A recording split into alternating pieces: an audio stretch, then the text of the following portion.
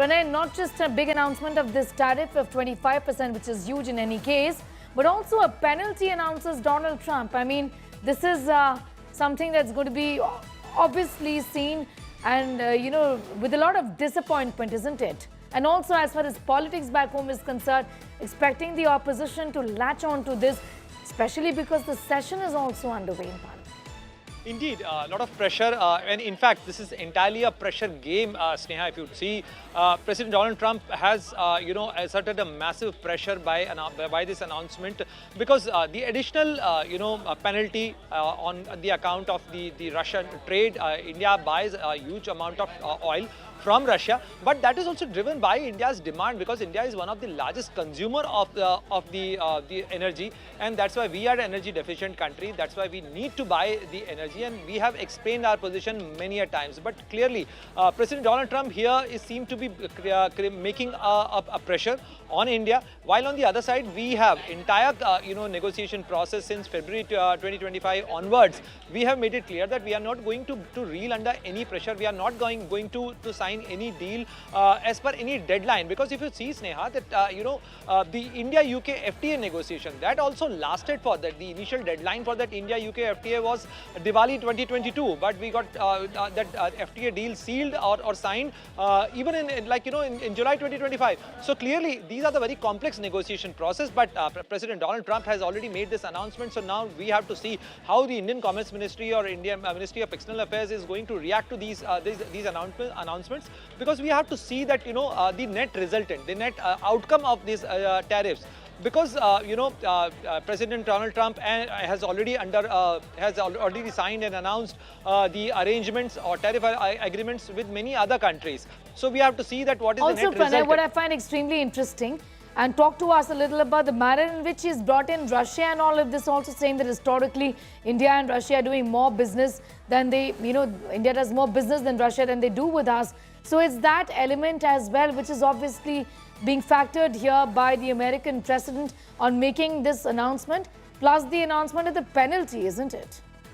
Definitely, he has been making these noises for quite some time. Yes. You have heard when Prime Minister Narendra Modi visited for Brasilia for the BRICS, he has made these remarks about BRICS being a redundant and a non-functional or a non-impactful organization to putting additional penalties on BRICS countries on the account of doing business with Russia and buying Russian oil and the military hardware supply from Russia. So clearly on these accounts, US and the President Donald Trump is trying to create a pressure on the BRICS countries. But we have to see that, on one side, his team is all scheduled to visit India in the later part of August. We have to see that whether Howard Lutnick and his, US Commerce Secretary, whether he sends his team or not now, since the tariff has already been announced.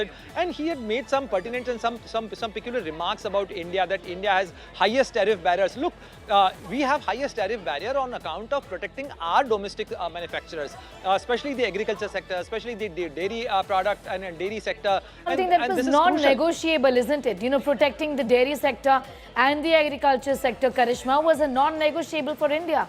And we've maintained this position throughout is obviously something that has irked, Karishma, the US president. Absolutely. I think what we must not ignore the fact is the non-tariff barriers, the penalties on non-tariff barriers that he has put, which Sneha clearly hints to the fact that Trump's move is actually meant to pressure India to make it easier for US businesses to operate and not just import goods. And if India is not willing to negotiate and budge on these aspects, then looks like it's going to be way more stringent. Let's not forget of the Indian diaspora that resides in the US, especially when it comes to the tech and digital sector. And if punishments or penalties on non-tariff barriers pertaining to licensing rules, local content rules, or data localization laws comes in, then it is going to demotivate and demoralize a lot of our diaspora, which is operating in the US for years. Well, absolutely. Pranay, just give us an idea about what's going to be the way forward, because there's an important meeting that was scheduled towards the end of August, to be specific on the 25th of August. So will that really change anything or not? We still have to wait for that, whether the US delegation would be visiting or not. But I hope so that there will be a delegation level talks between India and United States. The sixth round of bilateral trade agreement negotiations, which are likely to take place in New Delhi on the date you specified, like 25th to 26th of August 2025. And we have to see that how India would want to engage United States on these negotiations. As Karishma was pointing it out, that barring few areas, especially the pharmaceutical sector and some of the service sector, components, our exports are not going to be largely. We are not very heavily dependent on on United States as far as our exports are concerned. In any case, if you see the trade arrangement between India and United States, there are certain things. And recently, on account of the steel, we have seen that how the increase of tariffs have actually resulted into the some relief on account of the steel exports, because the net resultant was that the 25%, which 35% when increased to 55%. Yes. On account of certain commodities and on certain categories of the steel, it actually resulted into the reduction of tariff duties to up to 22%. Okay.